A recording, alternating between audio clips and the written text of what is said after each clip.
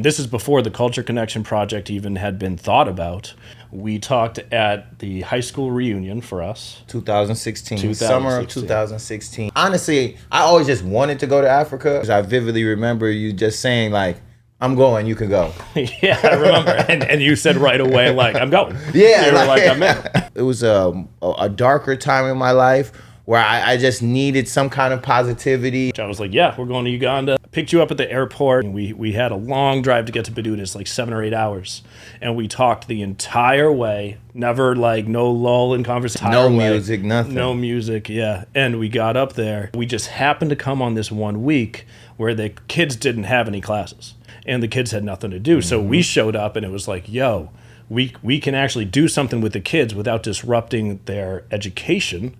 And I'll never forget the first day we showed up, you brought a couple basketballs, and man, within 5 seconds, you had a class going. And you had organized the kids into drills. They were having so much fun. I just saw you light up. And I was just sitting back again, just kind of watching this. And my first thing was just like, we got to scale this. This is awesome. And see, at the time, I don't think I knew what I was doing for them, as well as I don't even know what it did for me at the time. It was natural.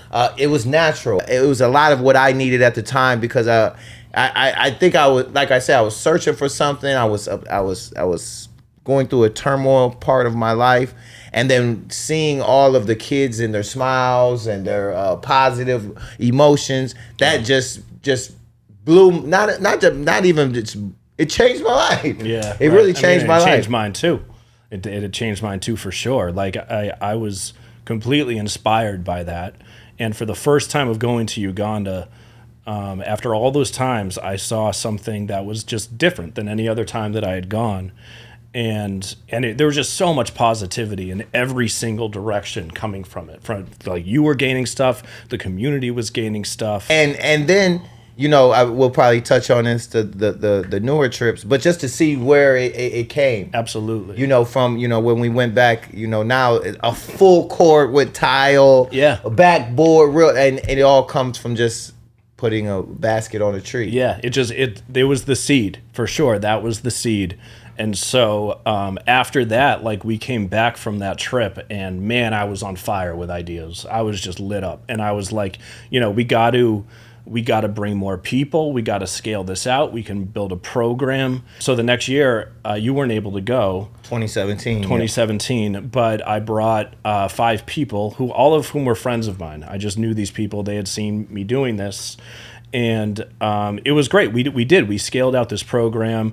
People took what you had done, and we built participant stations, having their own individual classrooms. Yeah, right. And the kids would circulate between them. So Rachel, she taught storytelling through photography, and we brought these disposable cameras, and the kids got cameras, and they were able to take pictures. That's and there was, of course, things like dodgeball, basketball. Chris did basketball. That continued.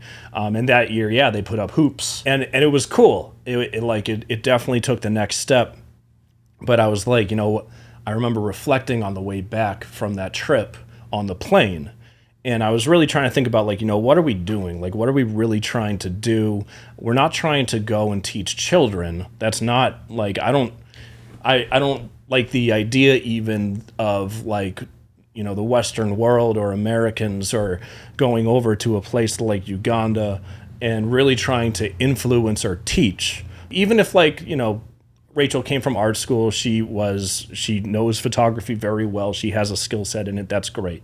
But at the same time, the core, there was this connection happening. There was this relationship building that was happening, and that was the magic. The photography was just a bridge. Exactly. It's the catalyst of this thing. It causes the connection, and that's what's deeper. And when you had that basketball that first day, that was what was magical. Not these kids learning basketball. Mm-hmm. It was the relationship that you were building with the kids. And so I was on the plane flying back, and I just pictured a group of people, and it was a diverse group of people, different, cultures, ethnicities, belief systems, sexual orientations, whatever it is, just completely diverse within age, but everyone unified under the same brand, and the brand was black hats with a white logo. They were celebrating diversity. They were connecting, and that connection was based on the diversity. No one's trying to convert each other or influence each other. They were just trying to appreciate each other. And I landed, and I called you as soon as I landed, and I was yeah, we need to start a nonprofit. Yeah. Hey, I'm Joshua Sims. I'm Tyler James. And we're the founders of the Culture Connection Project. Woke up and I caught the